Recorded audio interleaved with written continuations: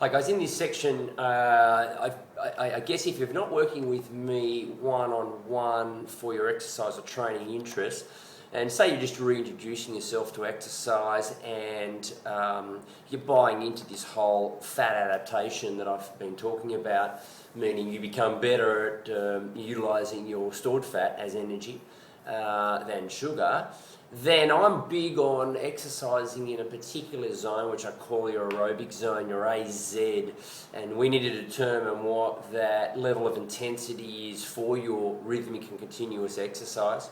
And that's all I'd really like you to commit to, particularly over the first 4 to 5 to 6, 7, 8 weeks.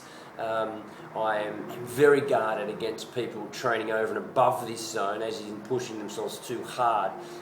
That reflects every single time with affecting negatively someone's appetite, usually increasing it, of course, and often more encouraging food choices that produce an insulin spike, so sugars and cravings and the like, which is the thing we're trying to avoid the most here when we're trying to reach this point of fat adaptation. So this section here, read below, guys, you'll see I've defined quite clearly why it becomes absolutely critical to work out only ever in this zone, just for this period of time. There is a time and a place where we can train over and above this zone. I certainly do from time to time.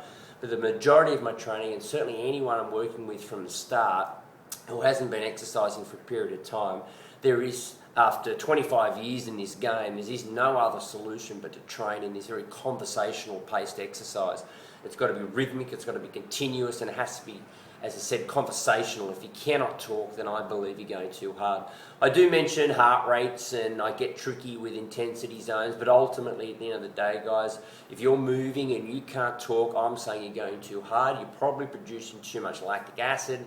As a consequence, therefore, the switch in your system's gone from fat to sugar. That's exactly what we're trying to avoid in this foundation period of getting you to become more fat adapted. So read below, guys. Of course, you can always email me questions on this, but know that I place a huge emphasis on exercise. Of course, it's important for our well-being and continued health, but certainly to become fat adapted in the long term, you need to back it off. So read below, guys. Shoot me through questions.